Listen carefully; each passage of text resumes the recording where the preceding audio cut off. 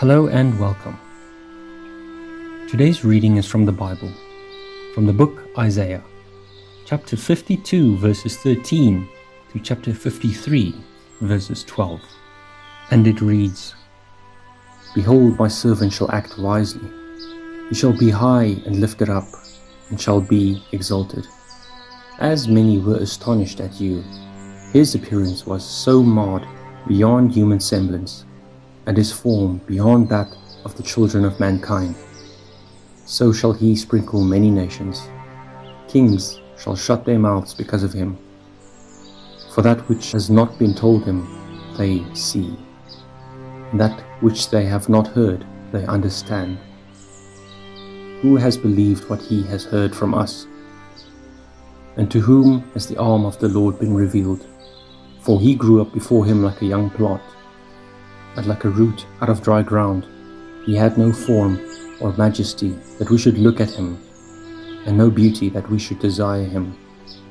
He was despised and rejected by men, a man of sorrows, acquainted with grief, and as one from whom men hide their faces. He was despised, and we esteemed him not. Surely he has borne our griefs and carried our sorrows, yet we esteemed him stricken, smitten by God, and afflicted. But he was pierced for our transgressions, he was crushed for our iniquities. Upon him was the chastisement that brought us peace, and with his wounds we are healed. All we, like sheep, have gone astray.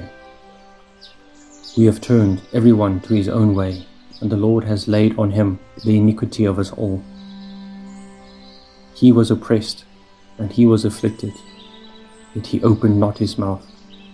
Like a lamb that was led to the slaughter, and like a sheep that before its shearers is silent, so he opened not his mouth. By oppression and judgment he was taken away. And as for his generation, who considered that he was cut off out of the land of the living, stricken for the transgressions of my people, and they made his grave with the wicked, and with a rich man in his death, although he had done no violence, and there was no deceit in his mouth.